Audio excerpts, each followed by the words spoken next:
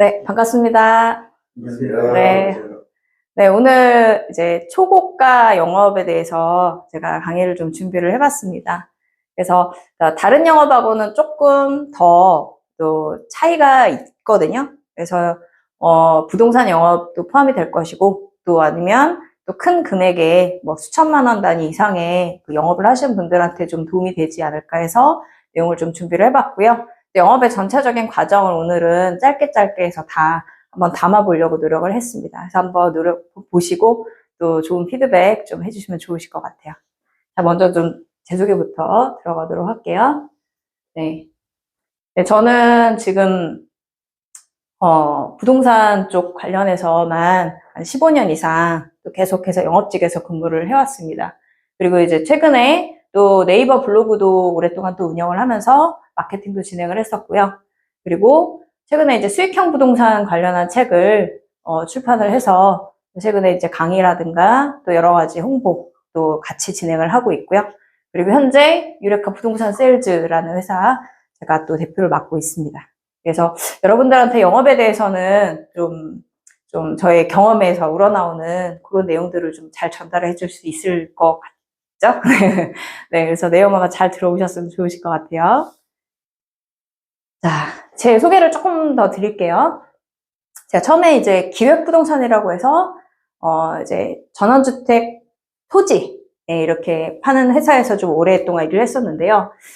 땅을 판매해서는 돈을 벌었지만, 굉장히 판매 스킬이나 브리핑에 대한 그런 스킬이 굉장히 좀 뛰어난 곳이 바로 기획부동산이에요. 왜냐면은 눈에 보이지 않는 거를 팔기 때문에, 고객들하고 영업하고 밀당하는 과정이 굉장히 셉니다. 그런데, 그게 조금 이제 뭐 아시다시피 기획부동산이 사람들이 또 이렇게 문제가 있는 부분이 있어요. 그래서 그것 때문에 이제 좀 다툼도 있었고, 분쟁도 있었고, 저도 나름대로 이제 그런 걸 많이 겪다 보니까 이제 다시 이제 부동산, 수익형 부동산 쪽으로 다시 시작을 했습니다. 그래서 그동안에 배워왔던 영업 방법, 그 다음에 그런 설득 방법들을 수익형 쪽으로 다시 적용을 시키다 보니까 굉장히 좀 실적도 잘 나오고 또 고객들뿐 아니라 직원들한테 교육을 해줄 만한 내용들이 굉장히 많이 제가 습득을 했었더라고요. 네, 그런 부분들도 오늘 좀 풀도록 하겠습니다. 네, 요거는 제가 또 출판했던 책입니다. 자, 바로 이제 영업 내용으로 들어갈 거예요. 자, 이제 대충 제목을 좀 보시면 아시겠지만 영업의 전체적인 과정은 이렇게 한 4단계, 뭐 추가 좀 한 5단계 이 정도로 정리를 한번 해봤어요. 첫 번째는 마인드를 어떻게 세팅해야 될 것인지, 그리고 두 번째는 신규 고객을 어떻게 만드느냐, 또 어떤 식으로 고객을 관리하는 방법들, 뭐 노트 정리라든가 이런 걸 해야 될 것인지, 그 다음에 세 번째는 브리핑을 직접적으로 고객을 들어갈 때 어떤 단계로 고객과의 마음을 열어서, 그 다음에 어떤 본론을 열어서 들어가야 되고 마무리를 어떻게 해야 되는지, 그 다음에 네 번째가 계약 후의 사후 관리입니다. 그래서 이게 사실은 전반적으로 오늘은 정말 짧게밖에 말씀을 드릴 수가 없어요. 시간 제한이 있기 때문에. 하지만 여러분이 여기서 팁을 얻어 가신다면 아마 좀 굉장히 또 좋은 내용이 되지 않을까 생각을 듭니다. 자, 영업 전에 마인드 세팅부터 먼저 말씀을 좀 드려볼게요. 자, 첫 번째로 영업의 마인드 세팅에 맨 처음에 뭐라고 나와 있죠? 거절을 즐겨라. 네네. 자, 영업을 하시는 분들이 맨 처음에 겪게 되는 과정이 안 해요. 싫어요. 이런 거절이에요. 그래서 거절을 먼저는 즐기라고 하는데 사실 즐기기가 쉽지가 않아요. 그죠? 그래서 먼저는 다양한 사람한테 다양한 방법으로 거절을 한번 당해봐야겠다. 한번 해봐라. 그런 마음으로 차라리 시작을 하시면 부담이 적어요. 그죠? 그래서 다양하게 거절 극복을 하는 방법 중에서 이렇게 극복해야지 저렇게 극복해야지 그게 10번 쌓이고 100번 쌓이고 1000번이 정말 쌓였다 하면은 그 사람은 추후에 어떤 거절이 오더라도 대처 방법이 나와요. 그래서 거절을 즐기는 것부터가 가장 영업의 기본 마인드 세팅이라고 보시면 됩니다. 그리고 두 번째는 자기 이제 마음 상태를 좀 점검을 하셔야 돼요.